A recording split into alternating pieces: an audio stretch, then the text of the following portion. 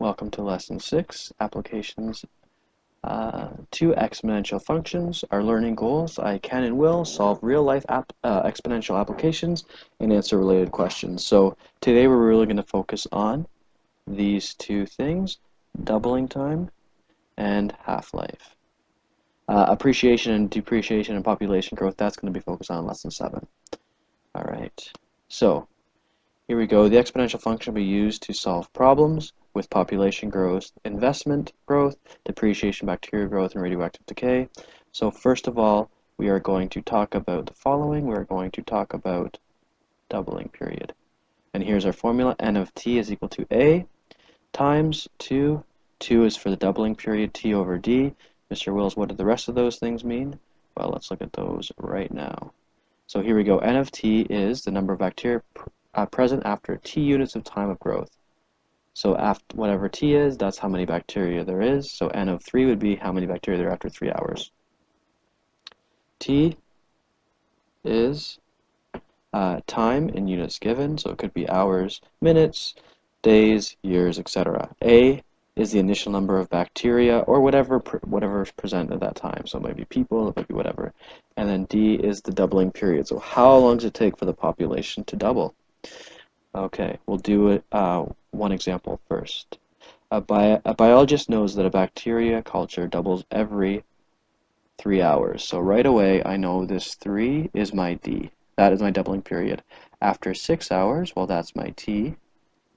There are 10,000 bacteria. So I know N of 6 is equal to 10,000. All right. So it wants the initial size. The word initial, this means it wants to solve for A. So again, my equation is N of t is equal to A times 2 T over D. So I'm going to plug in what I know. N of 6, so I've got 10,000 is equal to A. I don't know that, but I've got here 2. And then my T is 6 over 3. So this guy here, that is really equal to 4. So I can write it as 10,000 equals 4A. Divide both sides by 4. I get A is equal to 2,500. So I write a therefore statement. Therefore, the initial number of bacteria is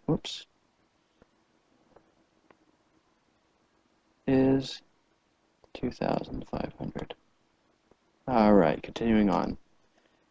So here's my equation. The number of bacteria after 1 day. So here we go. T is hours. So that means 1 day is equal to 24 hours. And that guy right there, that is my T.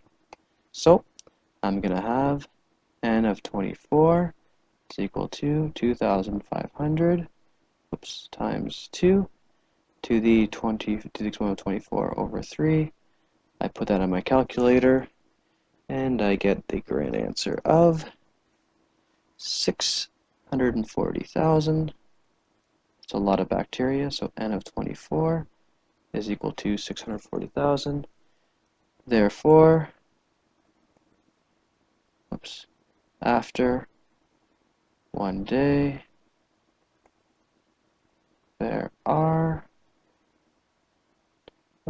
640,000 bacteria. All right. Well, let's flip over the page. So that was doubling period. Continuing on to half-life. So half-life looks like this. It says half-life is a period of time which a substance decays until half of it is left. So here's my example 2. Strontium Sr has a half-life of 25 years.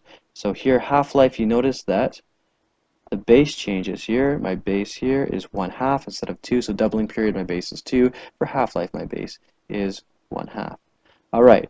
So let's define some of these, or you can use this, but really we use this. We don't like negative exponents, so here we go. M of t is the amount left after t units of time of decay. T is time in units given. A is the initial amount of the substance, and H is the half-life period. How long does it take to go to half-life? So here, if I look at this guy, I could see that half-life is 25 years, so that right there, that would be my H. All right, let's continue. So I've defined my variables. Here we go. Find the mass remaining of a sample of 18 milligrams. So start with 18, so that must be my A, after 70 years. So that is my T.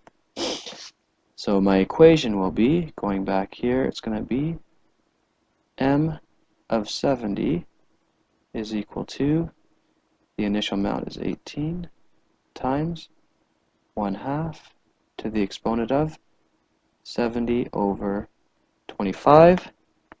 I put that in my calculator, and kaboom, I get 2.58.